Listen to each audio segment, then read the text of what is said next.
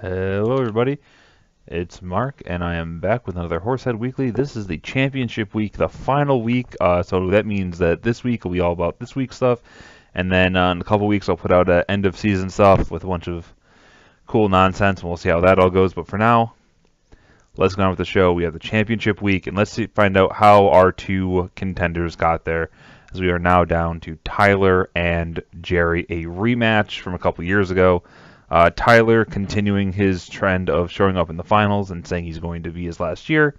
And Jerry coming back from, not really liking his team, as you can tell by his name. So as happened last week, we have two more people who have fallen by the wayside. That is Doug and Mike. Both of them, however, should not be in too much despair, as they are both going to walk away with at least their money back. So that match does count for something this week, so good luck to them. But it doesn't mean as much as the match between Jerry and Tyler for both all the money and also the belt. But they're not the only ones who are competing for money next week, as we also have the Fight for 50, which, as of right now, is being led by Matt with his brother Dave close behind, and James right there as well. Those three have put up quite the sizable lead on everybody else, with Nick, Malcolm, and Matt S. Failing to really keep up with those three. So if things hold the form, Matt M or Dave will both take home. One of them will take home $50. James will leapfrog the other one to come in second place, and all will be right with the world. And as you can see, it's like 30-something points for Nick, Malcolm, and Matt S. Now, that's not impossible to come back from. It's only 20 points or so back to James and Dave.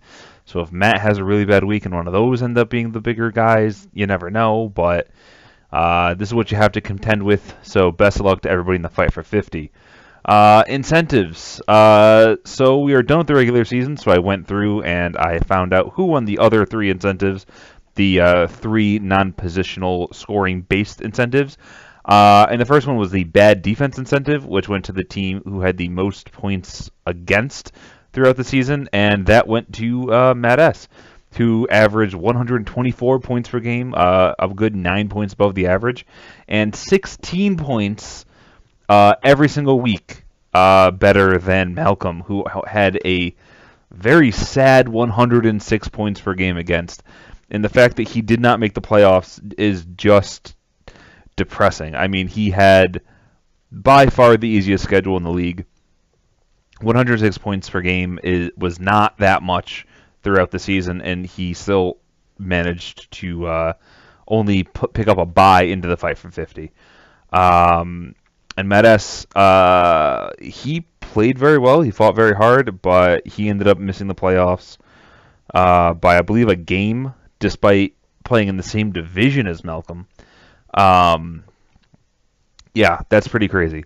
The second incentive, finish him. That goes to the person who knocks somebody else out of the playoffs, and that goes to Mike. I believe it was week 11. He ended up beating Dave to knock him out of the playoffs. The same week I was knocked out of the playoffs, but I was knocked out despite winning my week.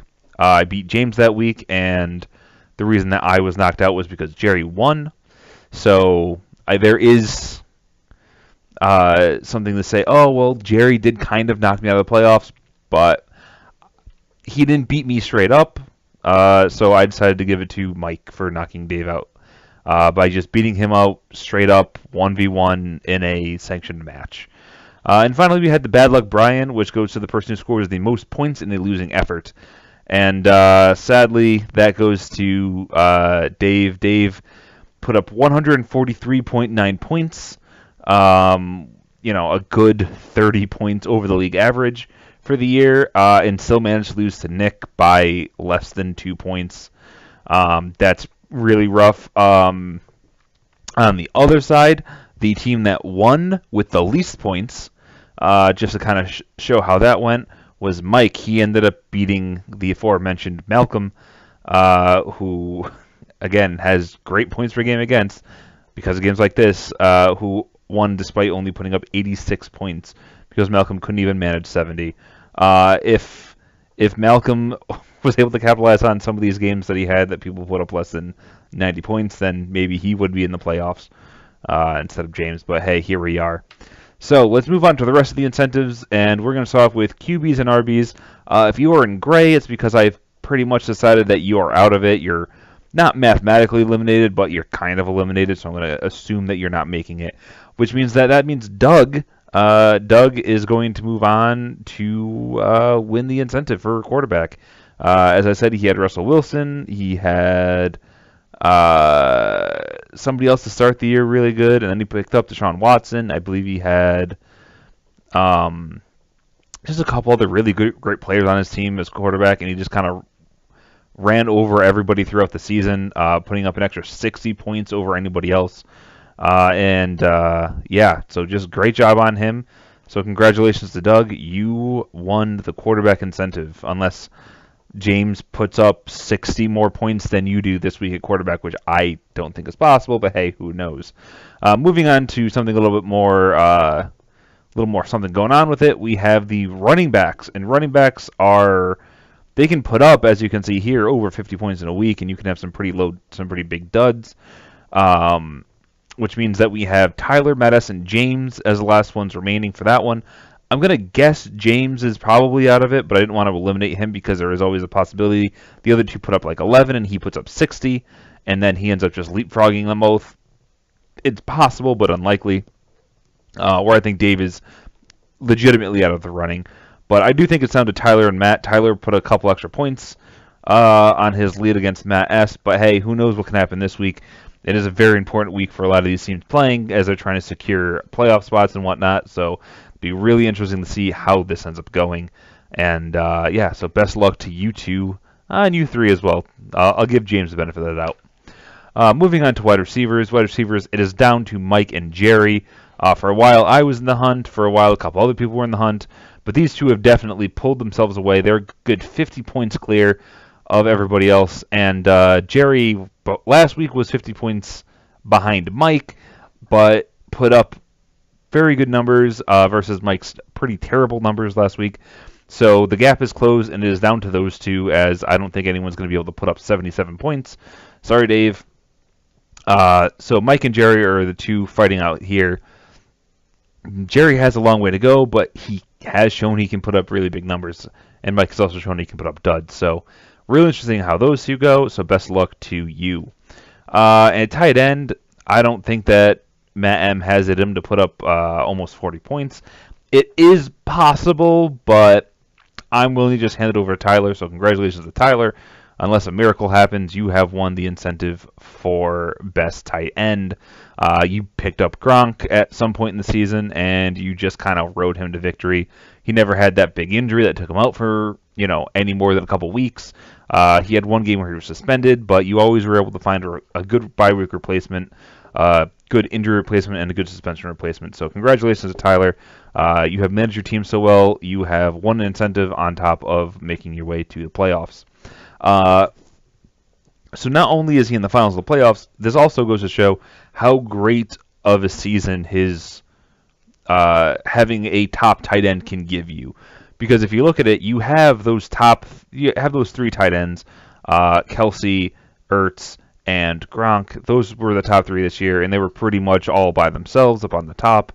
And you can see those three owners both are pretty far ahead of everybody else.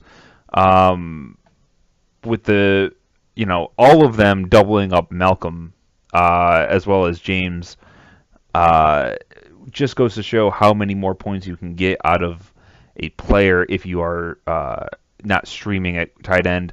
So maybe incentive to take one of these top end tight ends earlier next year, rather than waiting on them and just playing in the stream where you'll end up literally getting doubled up like those bottom four were by Tyler. So that's what the purple means. It means that you've been doubled up by the person in the lead. So congratulations to Tyler again. And on to the IDPs. For defensive line, I feel like it's down to those three. I mean, it's not out of the question for Jess if there's some kind of big touchdown or something like that, or a couple big plays, but honestly, I think it's down to James, Matt S, and Jerry. Best of luck to those three. I'm not entirely sure who they have at defensive line, but I know they all had very good players and very good seasons. So best of luck to them.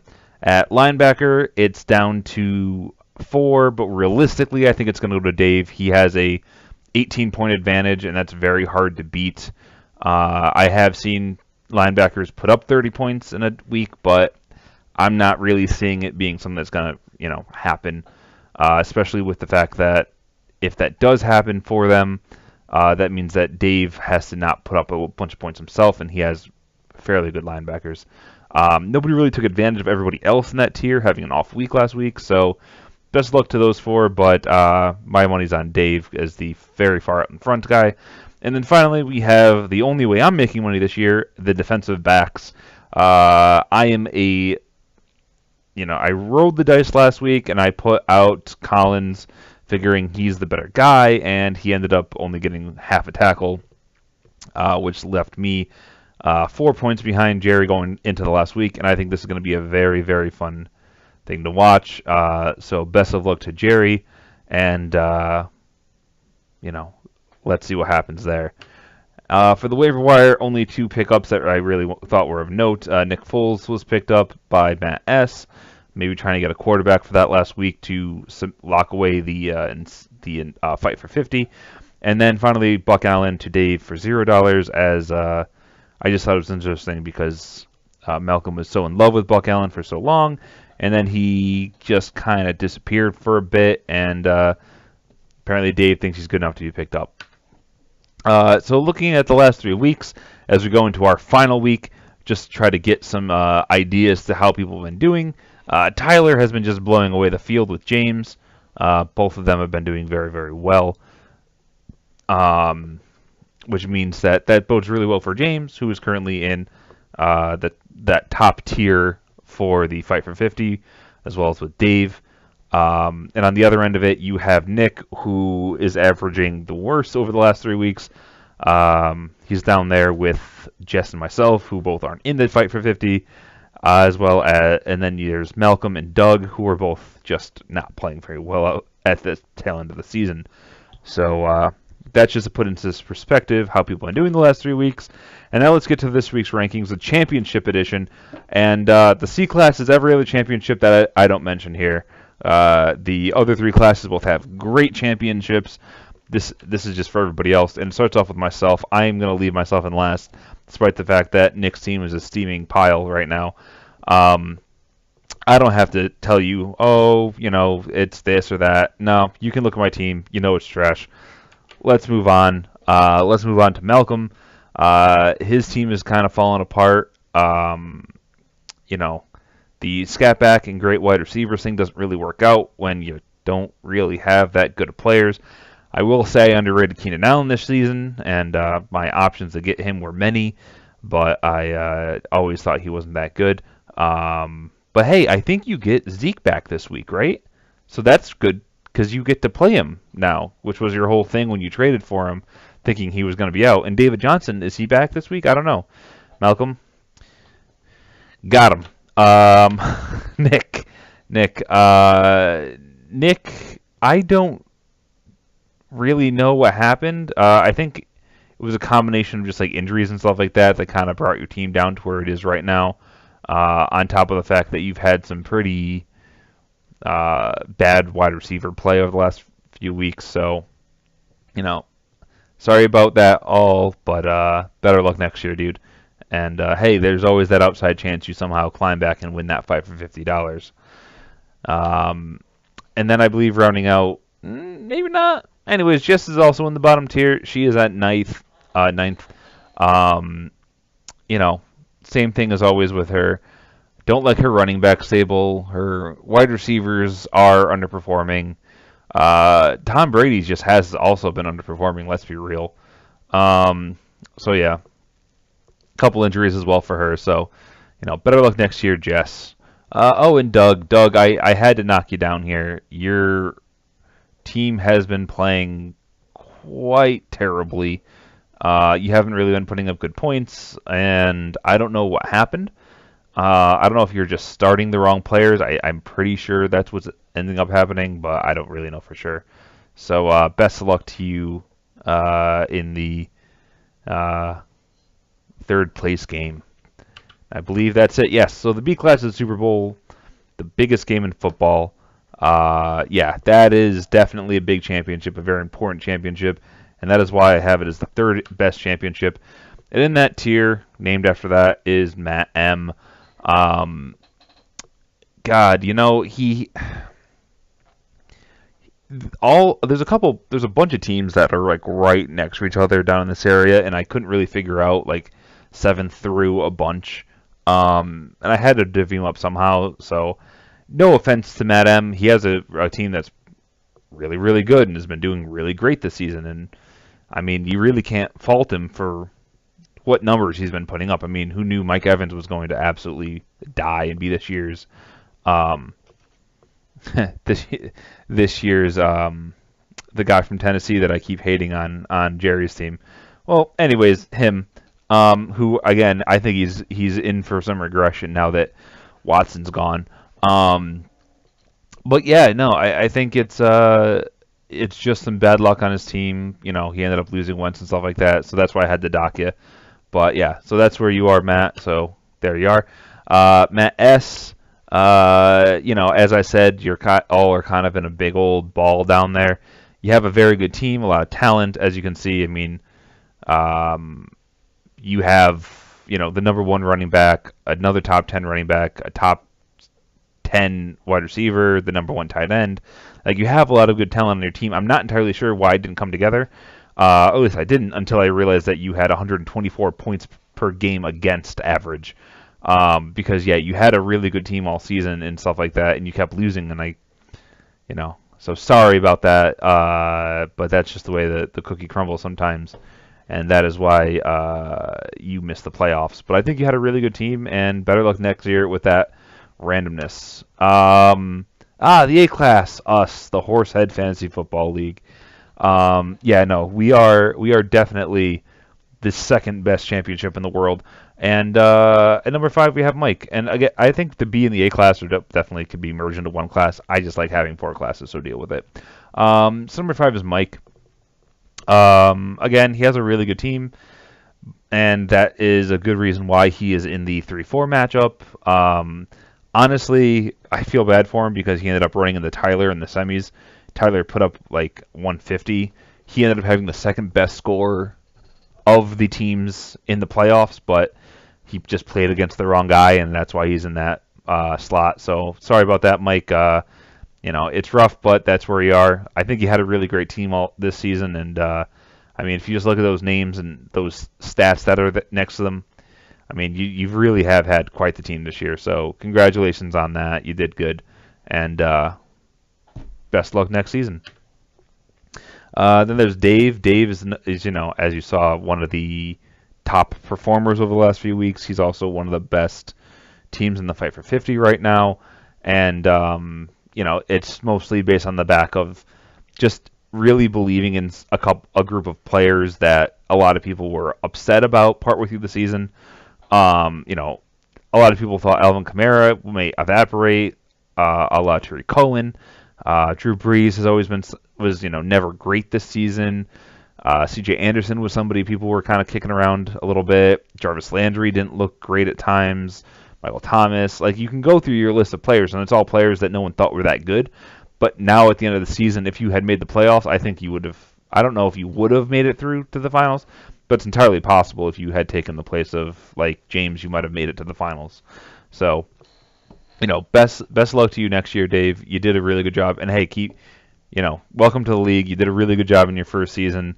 Maybe be a little bit more active in the trades next year if you feel more comfortable, but I can't really be saying much about that because you had an absolutely fantastic team and a great year. So congratulations to Dave on that. James is number 3 and the first person outside of the top tier. It sounds like James. Yeah, his team has just been performing super well as of late, mostly on the back of his running backs with Le'Veon Bell and Kenyon Drake. I didn't see Drake having performances that he did. I knew he was good. I liked him. But, man, he's just been absolutely killing it lately. So good on him. And Le'Veon Bell is just doing Le'Veon Bell things. I don't know if he's signed for a contract for next year with Pittsburgh or if they're going to franchise tag him or what's up with that. But yeah, no, he's definitely going out there saying someone's got to give me a lot of money for next year. But yeah, no, so great job on your team this year, and congratulations on coming in second in the fight for 50. That's going to be real funny to watch happen. And finally, we have the Ironman Heavy Metalweight Championship. Here we have one of the champions, actually two champions pictured here. One is the Monkey. He ended up winning a championship fight. And the other champion here, well, first I need to explain to you what the Ironman Heavy Metalweight Championship is. It is a championship in wrestling where if at any point there is a referee there and a challenge is issued, it begins. A match just begins. And those people fight until there is eventually a winner by pinfall, submission, or rock, paper, scissors, or any number of different, or somebody gets tricked into reading a piece of paper that says, I give you the belt, stuff like that. Anything like that can really happen.